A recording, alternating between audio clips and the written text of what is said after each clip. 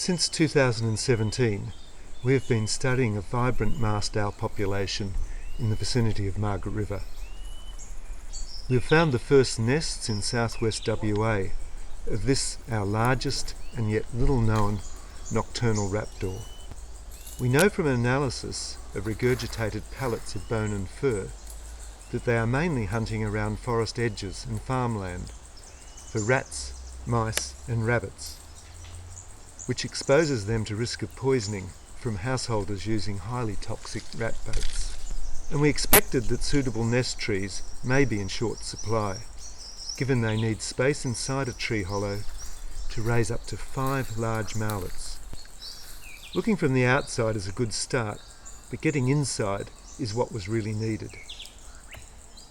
Enter Simon Cherryman, an extraordinary raptor researcher and champion of retaining ancient trees for conservation of wildlife, such as wedge-tailed eagles and owls. He uniquely combines the skills of a superb tree climber with the scientific nous to document and understand what he is seeing, and then to communicate that to our community. Oh, mate.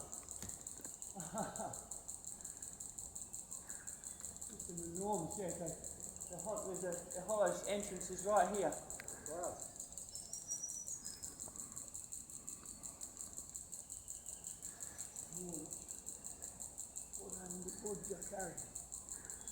Claw marks on the top. Holy Christ. This is an amazing hollow. Oh. Yeah, wow, there's one of your... So this is a horizontal platform basically. So there's certainly a lot of owl activity, but I wouldn't say there's birds have probably roosted and hung out in here. So this is just a giant open dish basically. Yep. Where I am here, you can still see some of that living tissue that I'm rubbing around. So it's literally where the hollow entrance is, and it goes right into the main trunk. I'll take some measurements, but you can see all these incredible claw marks where birds have landed and been sitting and scraping along the bark. Right, we'll just start like this. I'll start here and then we'll go up to the next story and try and get these 3 limbs done. So this is another horizontal limb. I've got external diameter about 750. I won't be able to do, I can do floor space. I'm going to do this in reverse. So the floor space of this one, it's like a long thin rectangle. This is sort of approximate because I'm doing it on the outside to where I can see it go. But it's 1.2 metres.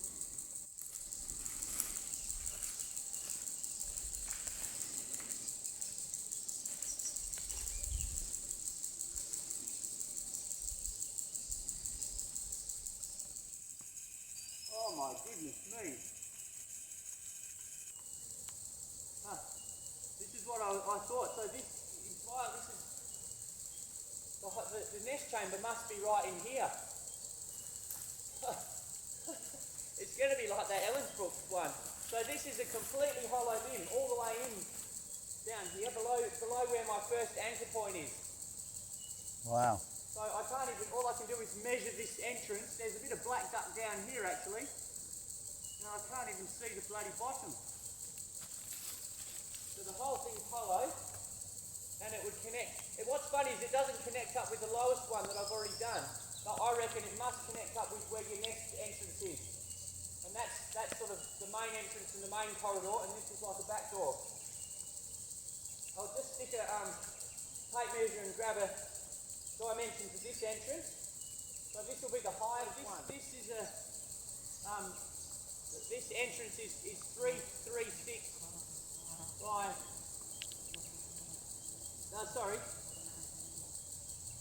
360 by 330.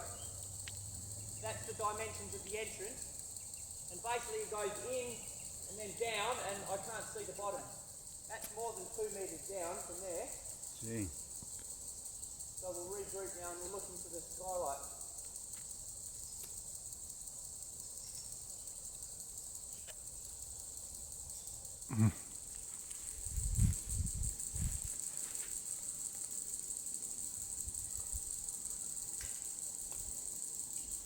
Down below you. I need someone with really long arms. Maybe you just estimate the diameter and we Yeah, it might be a calculate good it call, from mate. that. I think we're not going to... So this virtually is, so yeah, that's 900 diameter.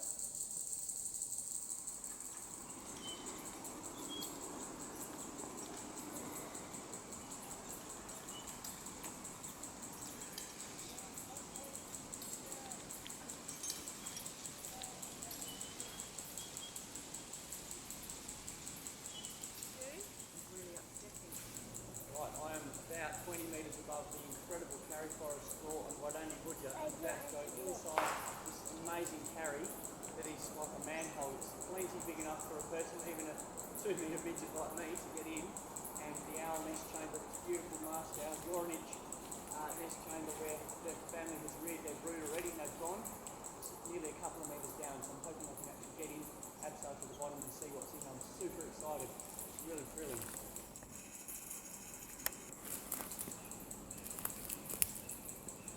You need to hop off my leg. I don't climb, I'm ground crew, James. Well, I've discovered my limits early. I'm not very comfortable at heights at all. I'd love to do it. I'm trying to Really? get a bit jelly leg. Jelly legs, yeah, that's me too.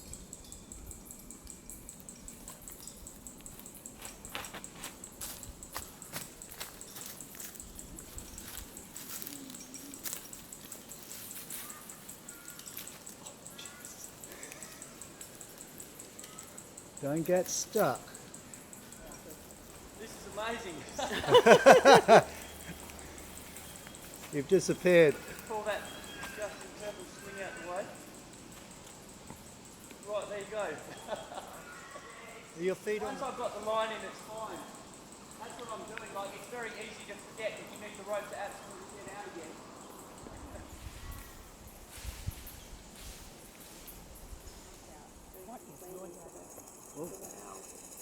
Oh, there's something coming out. What was that? Everything's okay. I tried calling so I didn't have to come up, but this is the owlet. And I'm going to drop it. Because I really don't want it. It'll get more damage with me squashing it on the way out than it will if I drop it. Do you think that's okay? There's an amazing prey collection. I could spend 20 minutes, I could spend 3 hours, depending on how deep you want to go.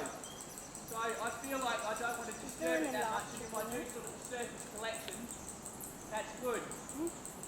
What do you reckon? Lower mandible, most of the bird, sort of mummified, plus some feathers.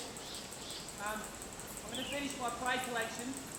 The internal dimensions, it's 3.5 circumference, that's metres, and it's 1.2 metres by 1.1 metres are the internal sort of length and width of the hollow. Could fit like 4 people in here. Can you see its claws?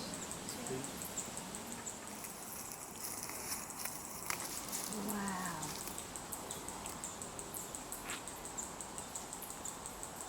Wow. Where's its head? No head.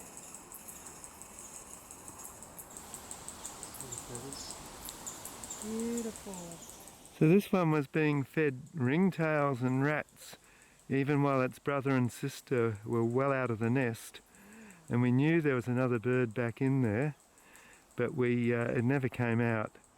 So now we know this one didn't make it, and we don't know why. Maybe it was just faulty, but it might have been fed a rat with rat poison in too. How old, can you tell by that sort of corpse how old that would have been? We know that it should have been out of the nest. It should have only been 2 days younger than the other youngster, and it was in the nest for still a week or more after that. So it was ready to leave the nest and didn't. But what was really interesting was the parents kept bringing in and feeding it. Yeah, trying to. They didn't abandon it.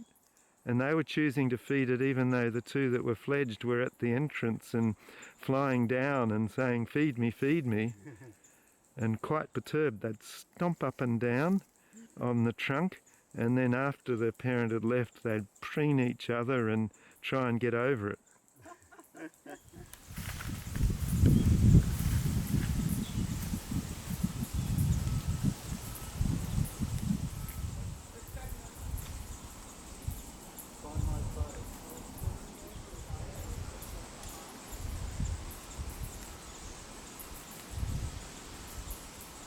Simon has revealed the extraordinary dimensions of these two mast owl nest chambers, with others yet to be examined looking to be equally mind-boggling. We are so fortunate to have Carrie, Mary and Chewits of this age retained in our region. Simon and partner Danny are devoting their lives to protecting hollow-dependent wildlife through their films, books, presentations and social media. See what he saw inside our cathedrals in the sky by watching his GoPro clips on his social media sites.